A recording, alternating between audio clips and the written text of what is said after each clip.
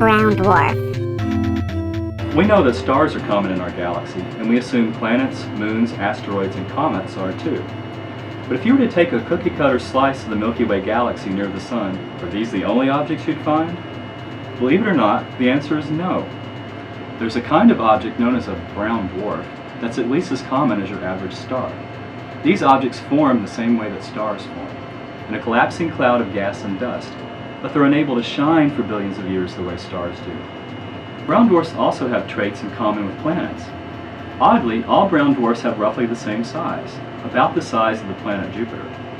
Also, as brown dwarfs cool, they begin to develop complex atmospheres with clouds of methane and, in the coolest cases, water. So in that respect, they also resemble planets. However, planets are formed in a disk around a star, quite unlike the birthing process for brown dwarfs. So brown dwarfs are like stars, but not really. They're also like planets, but not really. They're the duck-billed platypus of the cosmos.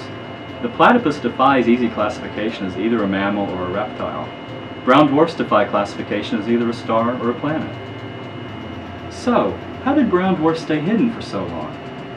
Brown dwarfs continually cool with time after they're born, so they don't emit very much light. Because they're so dim, they're very hard to detect, even when they're relatively close. However, what little light they do emit is concentrated at infrared wavelengths, which correspond to colors redder than your eyeball can detect. Astronomers have developed new detectors, infrared eyeballs if you will, that show a multitude of brown dwarfs that were hidden to our eyes. Quite amazingly, astronomers have uncovered hundreds of these objects in the neighborhood of the Sun, and we now believe that in our own galaxy, there are twice as many brown dwarfs as there are stars. For Ask an Astronomer, this is Davey Kirkpatrick of the Infrared Processing and Analysis Center at the California Institute of Technology.